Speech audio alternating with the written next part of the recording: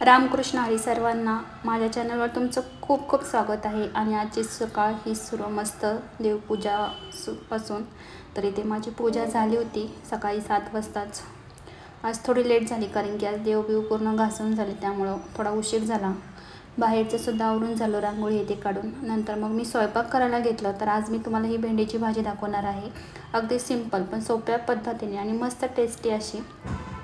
तर इथे भेंडी मी उभी चिरून घेतली, त्यात तिखट, मीठ, हळद, आपले गरम मसाले आणि 2 चमचे बेसन पीठ टाकायचं। आणि बेसन पीठ टाकल्यानंतर ते व्यवस्थित हलवून घ्यायचे, जेणेकरून सगळे मसाला बेसन हे व्यवस्थित त्यात लागलं पाहिजे। तर कढई घेतली, त्याच्यामध्ये जिरा मोहरीची फोडणी आणि उभा चिरलेला कांदा टाकायचा आणि त्यानंतर ही भेंडी त्याच्यामध्ये टाकायची। 2 ते 3 मिनटं व्यवस्थित हलवून घ्यायची तेलामध्ये आणि 5 ते 10 मिनटं व्यवस्थित शेकून घ्यायची, झाकण न ठेवता। वाफेवर छान ही भाजी शिजली जाते, तुम्ही पाहू शकता, आणि मस्त लागते। तर दुसरी भाजी पुन्हा 2 डबे असल्यामुळं इथे पालक केली आणि म्हणलं पातळ खाण्यापेक्षा सुकी पालकची बटाटा टाकून भाजी आवडते आमच्या घरी बहुतेक जणांना। तर मग केली, चिरली आणि त्याचे साहित्यसुद्धा काढून घेतलं मी चिरून सर्व। आणि ती कढईमध्ये तेल टाकले, तिलासुद्धा पटकन फोडणी दिली। ही पण भाजी पटकन होते आणि टिफिनला अशा भाज्या द्यायला सोप्या पडतात। सांगायचं आणि दाखवायचं कारण एकच की पटकन झटपट अशा ह्या भाज्या होतात। आणि ही पण खायलासुद्धा भाजी छान लागते आणि आपल्या शरीरासाठी सुद्धा खूप छान आहे पालक। तर इथे मी जिरा मोहरी टाकलं आणि त्याच्यामध्ये बटाटा कच्चा टाकलेला आधी, त्याला व्यवस्थित वाफेवर शिजवलं तेलामध्ये। 90% शिजवायचा आणि त्याच्यानंतर लगेच कांदा टाकायचा त्याच्यामध्ये।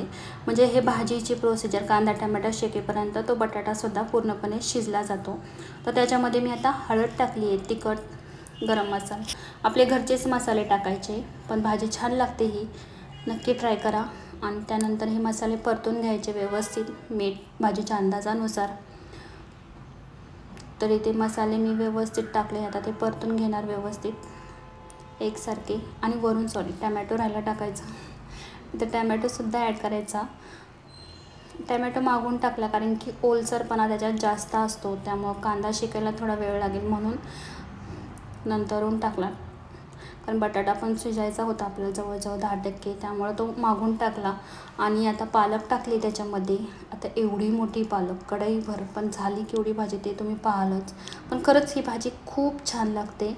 आणि चिरायच्या आधी सांगू का, ही भाजी आधी धुवायची आणि मग चिरून घ्यायची, छान लागते, त्याचे जीवनसत्व टिकून राहतात। तर इथे माझ्या दोन्हीही भाज्या रेडी झाल्यात आणि तुम्हाला जर वाटलंच तर टिफिनसाठी खूप भारी आहेत ह्या भाज्या, सुक्या, अजिबात अशी खराब होणार नाही अशी भाजी आहे। त्यानंतर भाज्या झाल्या तर आमच्या घरी नेहमीप्रमाणे चटणी ही असतेच आणि लागतेच सर्वांना, तीही झणझणीत। तर इथे मी भरपूर पण 10-20 लसूण चांगल्या सोलून त्याच्यामध्ये जिरं टाकून खलबत्त्यामध्ये करणारी ही चटणी शेंगदाण्याची, आणि ही कायमस्वरूपी आमच्या घरामध्ये असतेच ही चटणी। आणि आता सध्या फरमाईश म्हणजे मिक्सरमध्ये नाही तर खलबत्त्यामध्येच चटणी, तर त्यामुळं नेहमी करावी लागते। 8 दिवसाची हिशोबाने करत असते मी ही चटणी, मस्त होते खलबत्त्यामध्ये सुद्धा। तर सुरुवातीला मी जिरं आणि लसूण टाकलं, ते चेचून घेतल्यानंतर शेंगदाणे, तिखट, मीठ हे टाकलं आणि अशी मस्त आपली चटणी तयार झालेली आहे। तुम्हाला अजून बारीक करायचे असेल तरी पण दाताखाली हे शेंगदाणे खूप छान लागतात, म्हणून मीडियम ठेवली आहे मी, जास्त पण बारीक केलेली नाही आहे। तर इकडे वटासुद्धा आवरून झालं आहे सर्व, पण एक तुम्हाला दाखवायचं होतं की मी नॉर्मलच, आता तुम्ही साईडनं माझ्या वट्ट्याला पाहत असाल, बऱ्यापैकी बोरचं पाणी असल्यामुळे खूप खार जमा होते पाण्यामुळं।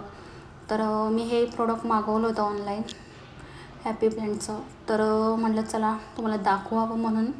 तुम्हीच पहा, आता हे जेवढी खार आहे त्याच्यावर मी सर्वकडं स्प्रे केलं आणि त्यानंतर 1 मिनटं ठेवलं आणि लगेच घासून घेतलं ते तारेच्या घासणीने आणि थोड्या वेळ ठेवलं। त्यानंतर बेसिंगसुद्धा तुम्ही पाहू शकता, इतकं पाण्याला खार आहे ना बोरच्या, त्यामुळं कंटिन्यू हे मला घासावंच लागतं। आणि जेवढं घासू ना तेवढं नीट राहिलं, नाही तर पुन्हा वाईट पडतं।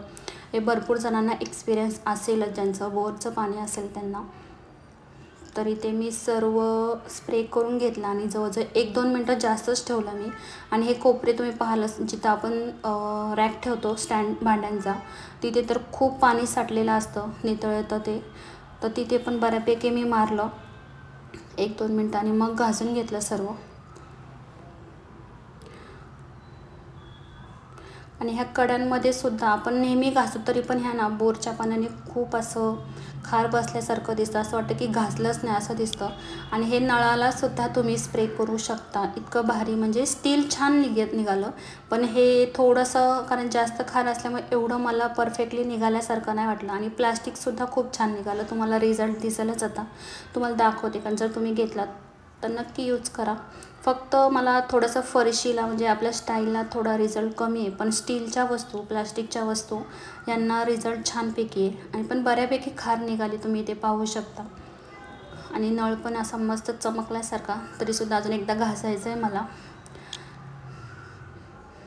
टब पण पाहू शकता तुम्ही. हा मी बेसिनच्या जवळ ठेवते ओला कचरा ठेवण्यासाठी, तर तोही छान निघाला. आणि हा वायपरसुद्धा आता तो एकदा घासायचा आहे पुन्हा त्याला, तर तो पुन्हा बेसिनमध्ये मोठमोठा घासला होता मी, ते स्क्रब केलं तेव्हा वॉश जे लिक्विड टाकलं तेव्हा. आता पुन्हा एकदा घासून मग फायनल तुम्ही पाहू शकता. पट्टा पण बऱ्यापैकी म्हणजे जवळजवळ 75% छान निघाला आहे. आणि हे वस्तू मात्र खूप छान निघाली प्लॅस्टिकच्या.